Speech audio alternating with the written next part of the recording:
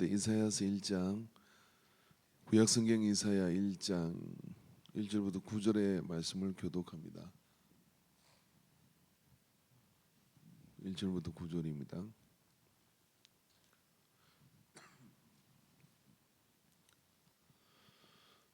유다왕 우시야와 유단가 아하스와 히스기야 시대의 아모스의 아들 이사야가 유다와 예루살렘에 관하여 본 계시라.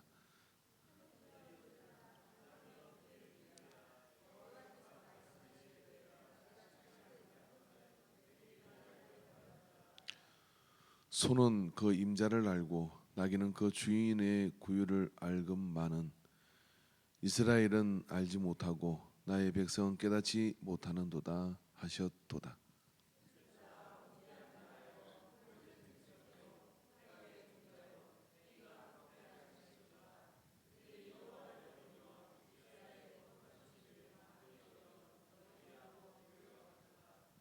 너희가 어찌하여 매를 더 맞으려고 폐역을 거듭하느냐.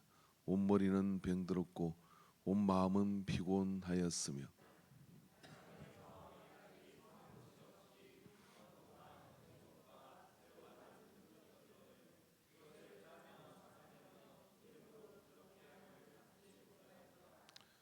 너희의 땅은 황폐하였고 너희의 성읍들은 불에 탔고 너희의 토지는 너희 목전에서 이방인에게 삼켜졌으며 이방인에게는 파괴된 같이 황폐하였고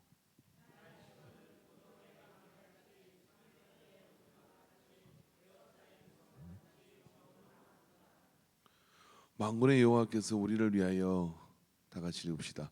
생존자를 조금 남겨두지 아니하였으면 우리가 소돔 같고 고모라 같으리로다. 아멘. 할렐루야. 이사야 선지자의 말씀을 통해서 이번 특별 새벽기도 5일 동안 같이 가는 데까지 가보고 연이어서 이사야를 강해하려고 합니다. 이사야 선지자서는 대선지서로 우리가 이제 구분되기도 하는데요. 크게 우리가 신학적인 분석에 의해서는 정로는 이사야는 뭐 한 사람이라고 보기에는 그러기에는 시대가 너무 방대합니다. 그래서 크게 세 시대로 구분해서 이사야 선지서를 보는 게 맞다라고 그렇게 봐요. 여기 이제 그 선지서를 시작할 때 여기 이사야라고 하는 말은 여호와의 구원이시다 하는 말씀으로 시작한다고 하는 것이죠. 그래서 이사야를 읽다 보면 우리가 마치 야단 맞고 또 책망을 듣는 그런 어떤 느낌들이 우리 속에 이렇게 일어나게 돼요. 그러나 그 제목 자체는 하나님이 우리를 구원하시기 위한 말씀이지 죽으라고 때리는 말씀은 아니다 하는 것을 우리가 전제에 두고 이 말씀 속으로 들어가야 될 줄 믿습니다. 참 신비한 성경의 말씀은 없지만 진리의 말씀은 뭐냐면 야단 맞아서 고쳐야 될 사람은 야단 맞을 자리에 없어요. 새벽 기도도 안 나오죠. 뭐 심야 기도도 안 나오죠. 그렇게 그냥 살다가 이렇게 그쪽 역사로 가게 됩니다. 그러나 야단 안 맞아도 되는 사람은 야단을 맞아가지고 어떻게 되느냐면 고칠 거 없는데도 새롭게 되어가지고 더 잘 되는 역사가 나타나게 될 줄로 믿습니다. 그런 역사가 진리처럼 작용을 해요. 그래서 이제 이 이사야를 시작할 점에 이제 여기 본문에 보면 1절에 항상 모든 성경의 제목과 1절은 매우 중요합니다. 왜 그러냐면 그 성경 전체를 끌고 가는 주제와 배경이 무엇인지를 가르쳐 주기 때문에 그래요. 그래서 여러분 성경 전체 제일 중요한 장이 있다 그러면 창세기 1장이에요. 사실은 창세기 1장 안에 그 안에 예수 그리스도의 구원과 모든 것들이 단어적으로 보면 홍해가 갈라지는 사건까지 그 안에 다 응집되어 있는 것을 볼 수가 있습니다. 근데 이사야 1장에도 역시 여기 유다 왕 우시야와 요단과 아하스와 히스기야 시대의 아모스의 아들 이사야 유다 예루살렘에 관하여 본 계시다라고 이렇게 얘기해요. 그래서 유다와 예루살렘에 관하여 본 계시인데 거기 언급된 왕들 다 착한 왕들이 아니라 하나님이 버리신 왕 그리고 하나님께 거역한 왕, 순종한 왕 모두 언급되어 있습니다. 그렇기 때문에 우리에게는 이 왕들을 통하여 우리에게 주는 그런 하나님의 의미가 있는 것이죠.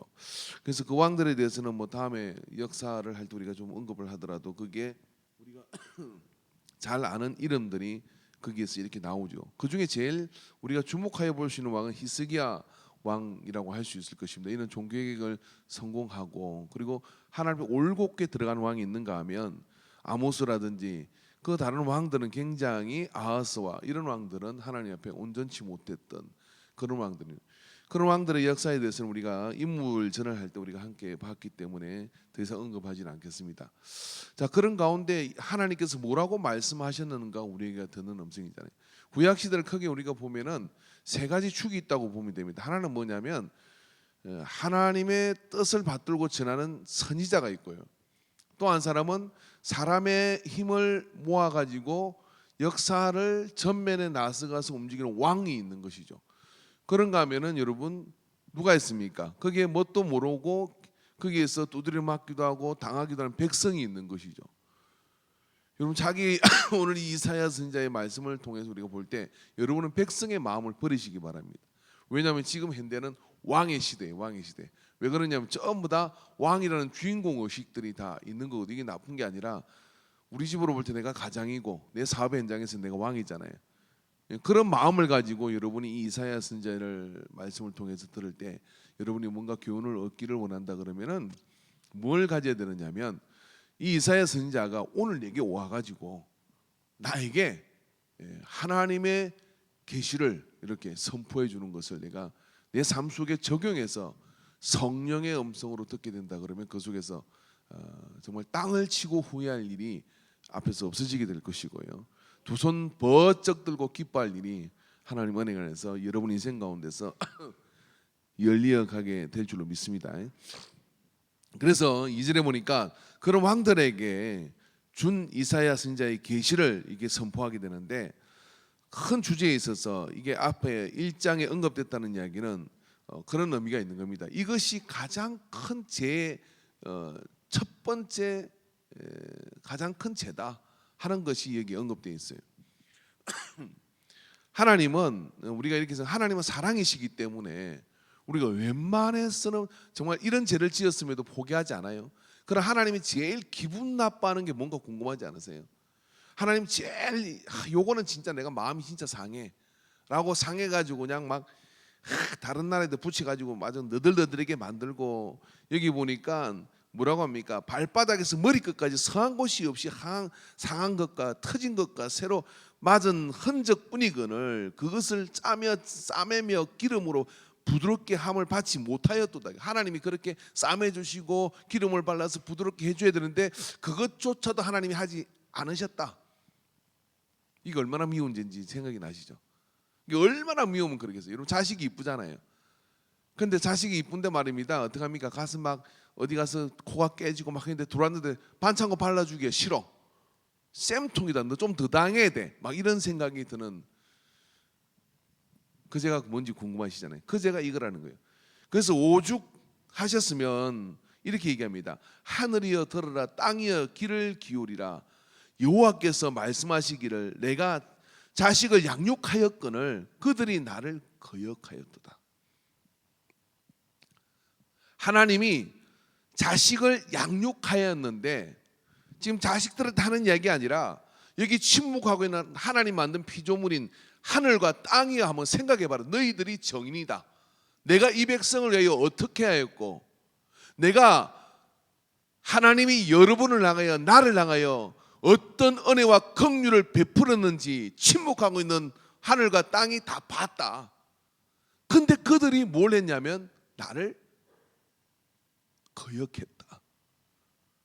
그들이 나를 에덴 동산을 만들어줬는데 거기서 아담과 하와가 선악과를 먹음으로 거역하죠. 가인이 아벨을 쳐 죽임으로 거역하죠. 그래서 여러분 성경은 말입니다. 많은 인물들이 여기에 열거되는데 거역의 역사를 따라가는 사람이 있는가 하면 순종의 역사를 따라가는 사람이 거기에 있는 거예요. 거역의 역사를 따라가는 사람의 특징이 뭐냐면은 하나님이 내게 베풀어 주신 나를 있게 하는. 여러분 불효가 뭡니까? 불효는 뭐냐면 자기 몸에 이런 유교 사상 우리가 좀 하나 배울 때 그 뭐냐면 유교에서 말입니다. 자식은 머리도 지 손으로 지 의지로 깎으면 안 된다는 거예요. 왜? 부모가 물려주는 머리니까 부모가 싫어하면 머리 스타일도 부모가 뭐요? 원하는 스타일로 해야 돼요. 그러니까 여러분이 이게 머리 물들인 사람은 부모님께 허락받고 머리 물들여야 돼. 그죠? 엄마 나 머리에 물들일 때 엄마가 야 보기 안 좋아 그러면 부모님의 마음이 아침마다 그 머리를 볼 때 노랗게 물들이고 막 그런 모습을 뭐 쥐어 뜯어주고 싶은 마음이 든다. 그러면 유교에서는 절대로 그러면 안 되는 거예요. 왜? 내 머리는 내 게 아니라 부모님이 주신 거야. 함부로 고치면 안 돼. 부모님이 물려주신 거야. 그래서 부모님이 물려주신 것 때문에 여러분 그래서 유교로 돌아가고 싶어요. 부모님 물려주신 게 함부로 하면 안 돼요. 근데 여러분 우리 그리스도인들에게 뭐냐면요, 하나님이 내가 너를 양육했다, 내가 너를 키웠다. 그런데 내가 잘나서 그런 줄 알고 떠받고 하나님을 거역하는 내 마음대로의 인생을 살아가는 거, 이게 뭐냐면 하나님이 꼽은 최고의 계심죄예요. 그래서 이사야 1장에 이 부분을 언급합니다. 그리고 이사야 1장의 이 부분은 거역한 이 거역의 역사가 뭐냐면 책망의 이유로 쭉 연결되게 되는 겁니다. 이게 대단추예요. 여러분 이게 하나님을 거역하는 이 거역의 영이 들어오잖아요. 거역의 영이라는 게 뭐 회의할 때 뭐 이 있으면 이게 아닙니다. 그게 아니라 하나님이 하라고 한 말씀과 하나님이 기뻐하시는 일을 행하지 않고 내 마음대로 내 고집대로 내 생각대로 뛰쳐나가서 그렇게 행하는 행위들, 이게 뭐냐면 다 거역의 역사다 이 말이에요. 그래서 그 거역의 역사를 흐름을 따라서 가는 것이 얼마나 괘씸하였느냐면 하늘이여 땅이여 들어, 너희는 들으라가 아니에요. 하늘이여 땅이여 들어봐라. 동네 사람들 이야기 좀 들어보시오 라고 하는 그런 이야기입니다. 그리고 뭐라고 얘기합니까? 소는 그 임자를 알고 나귀는 그 주인의 구유를 알건만은 짐승도 아는 일인데 이스라엘은 알지 못하고 나의 백성은 깨닫지 못하는도다 하셨도다. 여러분 이 말씀은요, 예수 믿지 않는 사람들은 이야기가 아닙니다. 이 말씀은 교회 안에 예배의 자리에 있지만은, 그래서 하나님의 백성이라고 이야기하고 하나님을 아버지라고 이야기하고 내가 하나님의 자녀라고 이야기하면서도 이 안에 하나님께 온전히 하나님을 기쁘게 하는 일로 나가지 못하는 거역의 마음을 가지고 있는 자들을 향한 이스라엘과 애굽의 이야기를 하는 게 아니잖아요. 암몬의 이야기를 하는 게 아니잖아요. 바벨론의 이야기를 하는 게 아니잖아요. 그게 아니라 이스라엘과 유다에 대한 이야기다, 이런 이야기예요. 오늘 이 자리에 오신 왕들이요, 내가 왕인 것은 하나님이 내게 주권을 맡겨주신 것이지, 그래서 하나님의 뜻대로 내가 왕권을 가지고 생육하고 번성하고 땅을 정복하는 그 근세를 가지고 하나님의 자녀가 된 그 근세를 가지고 우리가 이 세상을 믿음으로 살아가지만, 그 믿음으로 살아가는 이유가 어디에 있어야 되느냐면 하나님을 기뻐하는 곳에 가 있어야지, 그렇지 않고 그것을 그 알량한 하나님의 역사를 흩으며 한순간에 흩어지는 그 알량한 근세를 가지고 거역의 역사의 흐름 속에, 그래서 여러분 에덴 동산에서부터 이 거역의 영은 계속해서 꼬리에 꼬리를 물고 나갑니다. 반면에 여러분 순종의 역사도 계속 꼬리에 꼬리를 물고 다음 세대를 이어가요. 그래서 여러분 이 성경 안의 영적 전쟁은 뭐냐면 사단의 그런 바이러스에 감염된 거역의 영의 역사는 이 범죄의 그런 구조와 그리고 그것을 거스리고 하나님께 순종하는 순종의 역사의 흐름 속에 있는 거예요. 여러분은 어디에 있는 것 같습니까?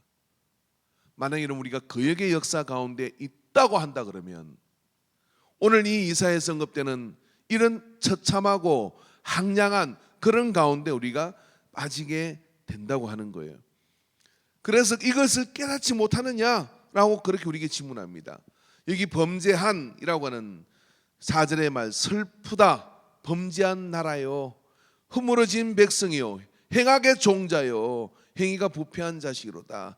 그들이 여호와를 바라보며 이스라엘의 거룩하신 일을 만홀히 여겨 멀리하고 물러갔도다 라고 하는 것이 이사야 선지자가 오늘 이스라엘과 유다를 향하여 하는 말씀이기도 하지만 우리를 향하여 하는 말씀이기도 합니다. 여기 범죄한 이런 호태라고 하는 것은 표적을 빗마치다 하는 이런 뜻입니다. 잠언 8장과 6절, 사사기 20장 16절에 똑같은 단어가 언급되고 있는데, 그러니까 이거예요. 성경적 범죄라는 게 뭐냐면 이겁니다. 우리는 그냥 내가 나쁜 짓을 하지 않으면 된다라고 생각하잖아요. 그런 노력으로는요 나쁜 짓을 할 수밖에 없어요. 나쁜 짓을 하지 않으려고 하는 거잖아요. 근데 그냥 나는 가만히 있어. 어디에?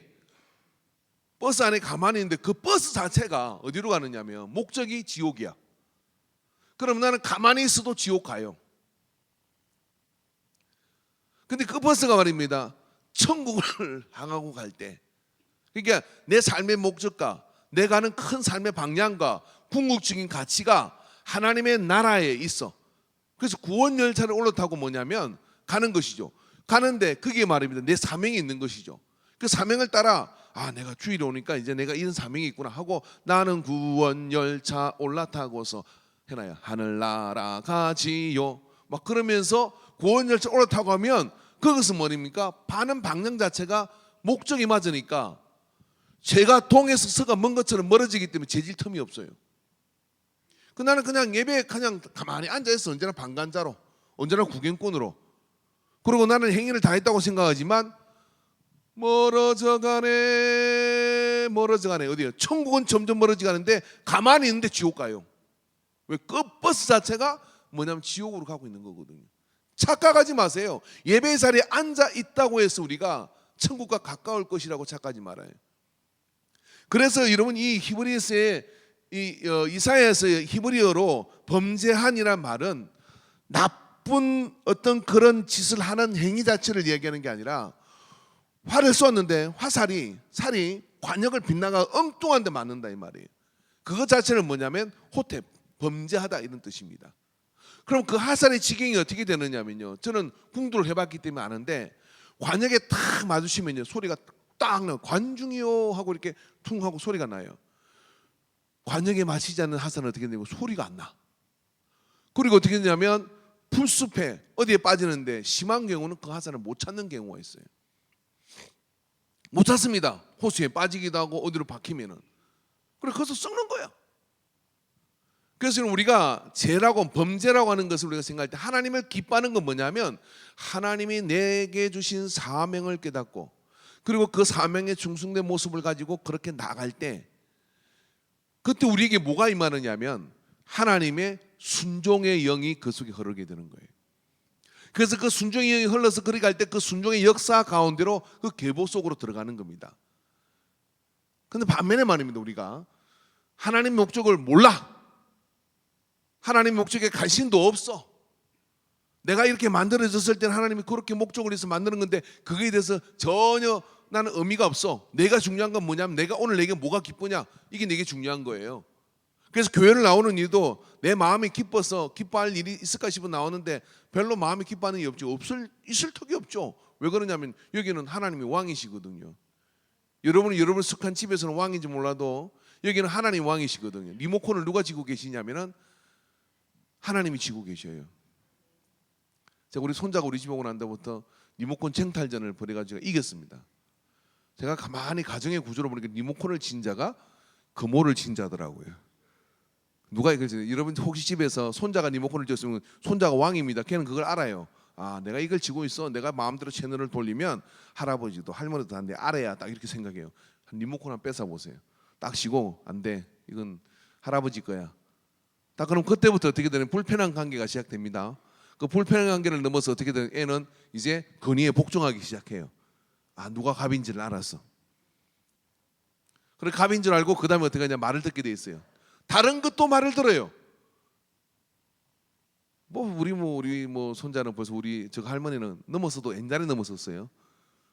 제가 있을 때하고 없을 때하고 확 달라요. 없으면 딱 리모컨 쥐고 채널 켜고 돌려요. 그 나갈 때 우리 집사람이 채널 리모컨 숨겨놓고 가요 이야기를 해요. 자기가 그렇게 하면 되잖아요. 권위를 잃어버린 거지. 권위를 잃어버리는 것 같은 그냥 마음대로 가는 거예요.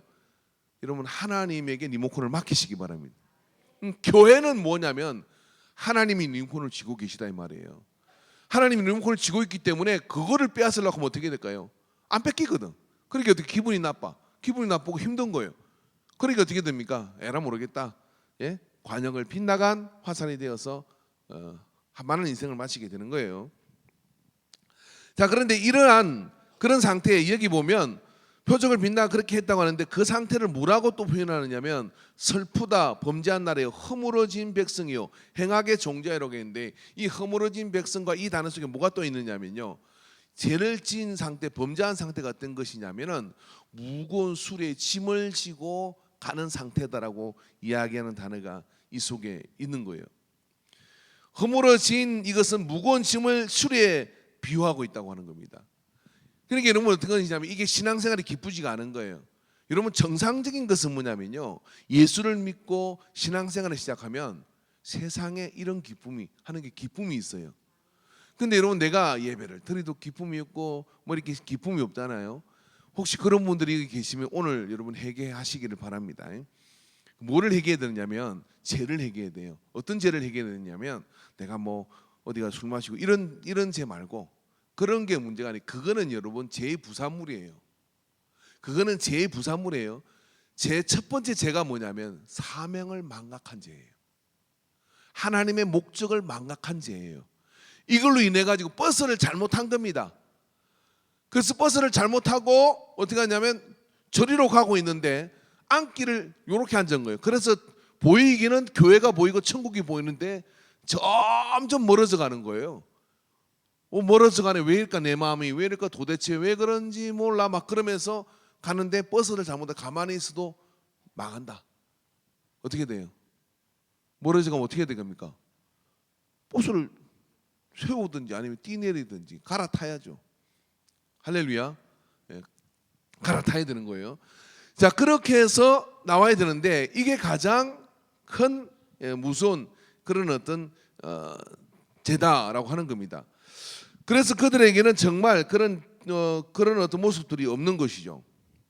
자 그렇게 쭉 해서 뭐 가인 그리고 또 하란 어제 언급했던 하란 다 이 그역의 역사 속에 흐르는 그런 아벨과 노아 모세 이런 순종의 역사 가운데 흐르는 사람들이에요. 한번 특징을 생각해 보세요. 노아는 방주를 짓는다는 목적이 분명히 있었어요. 그러니까 어떻게 합니까? 타락할 틈이 없어. 모세 광야를 지나서 이스라엘 백성을 가나안까지 데려가야 돼요. 목적을 아는 거예요. 시내산에서 아니 호렙산의 뜰기나무에서 자기 목적과 사명을 인지한 거예요. 여기 뭐 이사야 이런 사람 아닙니까? 근데 이사야는 왜 여기 이렇게 참 하나님의 심정을 이렇게 갔을까요? 하나님 주신 사명이 있기 때문에 어떻게 하냐면은 이스라엘 왕들을 하여 그렇게 말씀하는 것으로 깨달은 거예요. 근데 여러분 한번 봅시다. 사무엘 15장 22절에 보면 사울이 나오거든. 사울은 왕이고 하나님 지금 목적이 있었잖아요. 근데 그 목적을 망각하니까 어떻게 됩니까? 사무엘이 이르되 여호와께서 범죄와 다른 제사를 그 목소리를 청중하는 것을 좋아하신 것 같이 좋아하시겠느냐? 겠나이까? 순종이 제사보다 낫고 듣는 것이 수양의 기름보다 나으니 이 말씀이 이 사울 왕을 두고 한 말입니다. 사울 왕이 왜 그러냐면 전쟁을 치르려고 하는 것이죠. 그런데 사무엘이 늦게 왔어요. 늦게 오니까 자기가 범죄를 덜어버리잖아요. 사울이 잘못한 게 뭐 있어요? 목사님이 늦게 왔을 때 내가 예배 시작을 했을 뿐인데 그게 뭔 문제가 되겠습니까? 그런데 사무엘이 와가지고 이 일로 너는 버림받았다. 뭐? 순종하지 않음으로 해서는 버림받았다고 얘기하는 거예요. 사울이 이 상황에서는 특별하게 무서운 죄를 지은 게 아니잖아요. 죄질을 따지면 다윗이 더 나쁘잖아요. 그런데 사울에게 그렇게 한 이유는 뭐냐면 그 무엇보다 불순종이 즉 자기의 사명을 망각하는 것이 하나님 보실 때는 바로 이와 같이 배엄 망덕의 그런 기준이 되었던 것이죠. 그래서 그런 주인을 알아보지 못하는 즉 짐승도 알아보는 주인을 못 알아보는 그런 상황에 직면하고 있다라고 이야기를 해주는 겁니다. 그렇기 때문에 여러분 우리는 그런 가운데 믿음으로서 우리가 순종의 역사 가운데로 들어가서 살아야 될 줄로 믿습니다.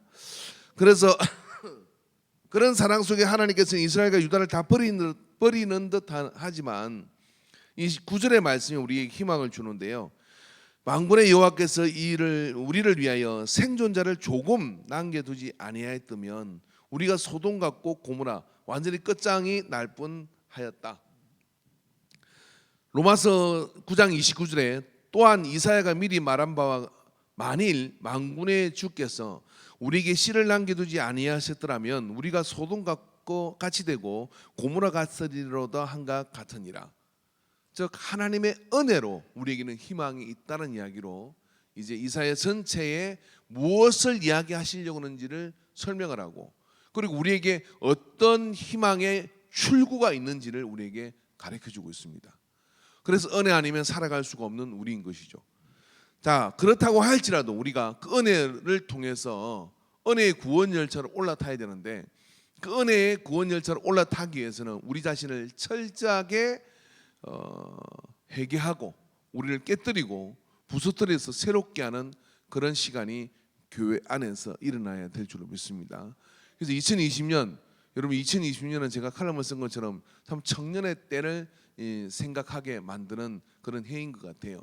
20대의 청년의 때를 생각하게 하는, 저한테는 개인적으로 그런 해인데, 청년의 특징이 무엇입니까? 마음을 먹고 작정을 하면 변화 가능한 에너지가 농축되어 있다고 하는 것이죠. 어디로 튈지 모르지만 그 변화 가능 에너지로 뭐든지 바꿀 수 있는 가능성의 세대이잖아요. 그래서 오늘 2020년은 우리에게 말입니다, 변화의 원년이 되기를 주의 이름으로 축원합니다. 늘 해오던 좋은 것들은 계속 해가야 되지만 그냥 습관처럼 해오던 거역의 영의 흐름 속에 있었던 것들은 성격이든 아니면 뭐든지 간에, 아니면 시간이든 뭐든지 간에, 말의 습관이든 뭐든지 간에 한번 싹 다 뜯어고치기를 바랍니다. 그래서 싹 다 뜯어고치는 길은 뭐냐면은 하나님의 사명에 주목을 하십시오. 하나님의 사명에 주목을 하면 어떻게 되느냐, 하나님께서 그 사명에 맞도록 우리를 탁탁 재단해요. 내가 그 사명에 주목하지 않으면 내가 스스로 뭘 재단해가지고 내가 뭐가 될 줄 알아서 내가 재단을 할 수 있겠어요?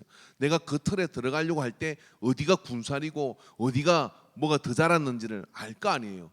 그래서 그거를 끊어낼 수가 있는 겁니다. 아무리 올림픽에 나간 선수라 할지라도 전성기가 있는 것이죠. 그 전성기는 뭡니까? 메달을 앞두고서 자기 몸을 극대화로 끌어옮길 때 제일 전성기가 되는 거예요. 그러나 이제 더 이상 시합 나갈 것도 없고 더 이상 무슨 경기할 것도 없으면 몸이 불고 여러 가지 상황이 느슨해지게 돼 있습니다. 그래서 현장에 있을 때만큼 못하는 거예요. 그럼 우리는 영적인 세계에는 노화가 있나요, 없나요? 없습니다. 여러분 여기에 우리 청년들도 있고 우리 이제 근사님들도 있지만 오늘 근사님들 특송할 때 여러분 교회와 이 새벽의 주역이 누군지 아시겠죠? 예. 그래서 빛의 사자들이라는 이 찬양을 했잖아요. 사자 같지 않아 보이긴 하는데 빛의 사자들의 찬양을 하잖아요. 그 빛의 사자들이요, 이 찬양을 하는 가운데 여러분 내가 마음에 영적인 것은 노화가 없는 거예요. 나는 영적인 그런 나이는 청년의 나이로 살겠다라고 여러분 마음을 작정하시면 청년의 역사가 잘하면 하나님께 은혜를 베풀어 가지고요 육신의 청년기도 만들어 주실 줄 믿어요. 육신의 청년기도 만들어 주실 줄 믿어요. 할렐루야. 근데 마음이 영이 이렇게 노년이라고 생각을 하면 어떻게 했냐면 청년의 때가 안 되는 거예요. 요즘 선전 알아보니까 할아버지가 막 운동을 하다가 엘리베이터를 탁 타는데 뭡니까?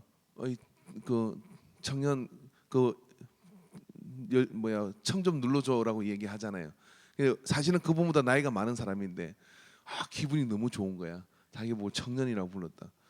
뒷모습을 보고 그거 보고 저도 비전이 딱 생겼어요. 나도 저렇게 한번 살아봐야 되겠다. 예? 마음을 청년으로 가지시기 바랍니다. 할렐루야.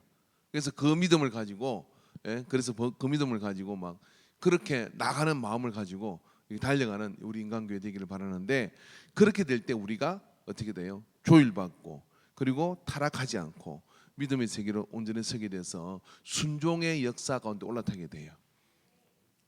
그래서 내 백성이 꿈이 없음으로 망한다라고 이사야에서 말씀해 주는 겁니다. 그래서 이사야서의 큰 논지는 뭐냐면 하나님이 주신 비전과 하나님이 주신 목적을 놓쳐버리면 그걸로 인해 타락한다는 거예요. 피조물이 주인을 알아보듯이, 자녀가 부모를 알아보듯이 그 하나님 주신 목적을 따라 갈 때 어떻게 되느냐면 온전하고 아름답고 아주 멋진 비상을 하게 되는 겁니다. 뭐 시간이 좀 길었습니다만은 활을 쏘는 재미의 극치가 뭐냐면요, 옆에 있는 사람은 활이 날아가는 게 보이지 않아요. 활을 쏘는 사람은 자기가 쏜 활이 날아가는 게 보여요. 카메라 렌즈로 한번 잡아보면 정말 멋진데, 활이 이게 직선으로 돼 있잖아요. 근데 활이 날아갈 때 어떻게 날아가냐면, 활이요, 요 정도 길이의 활이 춤을 추며 날아갑니다. 이렇게 곡선을, 활에서 나가는 순간 이게 이렇게 막 활이 흔들려.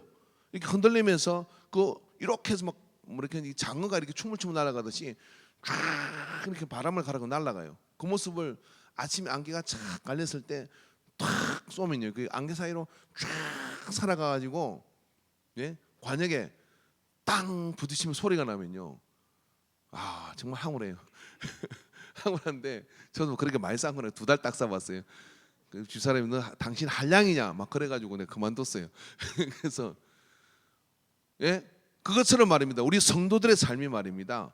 안개가 자욱하고 막 길이 이렇게 있어도 말입니다, 그렇게 쫙 비상하며 하나님 주신 목적을 향하여 성교회마다 달려가고, 예, 근사회가 나가고, 할렐루야. 남성교회가 내일 이제 다나와 특송화에서 있습니다만은 남성교회가 나가고, 그렇게 해서 그 목적에 대해서 쫙 날아갈 때 다른 것 가지고 여러분 마귀가 와서 거기에 시비를 걸지 못할 뿐만 아니라 우리는 영적인 체질 개선이 되는 겁니다. 그 영적 체질 개선이 되어서 건강한 20대의 영성을 가지고 저와 여러분이 하나님 나라를 함께 세워가기를 주의 이름으로 축원합니다. 기도하겠습니다. 이 새벽 우리를 이사야서의 말씀으로 불러주신 것을 감사합니다. 여호와는 구원이시다. 하나님 이 말씀을 통하여 주님 우리를 죽이시는 것이 아니라 살리시고 새롭게 하시고 온전케 하기 위하여 우리를 이 말씀 가운데로 불러주시는 것을 믿습니다. 듣고 한쪽 귀로 빠지는 자가 아니라 내 사명을 깨닫는 자가 되게 하여 주시옵시고, 그래서 하나님을 기쁘게 하는 그 믿음의 자리에 온전히 서도록 우리를 인도하여 주시옵소서. 하나님께서 다 멸하지 아니하시고 우리에게는 남겨주셔서 구원의 길을 열어주신 것을 믿습니다. 오늘 그 믿음의 희망을 가지고 주 앞으로 나왔사오니 각 부스부스마다 주의 은혜와 긍휼을 베풀어 주시옵시고 한없는 하나님의 크신 능력으로 우리를 채워 주옵소서. 이 새벽 기도할 때 하늘의 문을 열어 주옵소서. 예수님의 이름으로 기도합니다. 아멘. 우리 각자 기도하시겠습니다.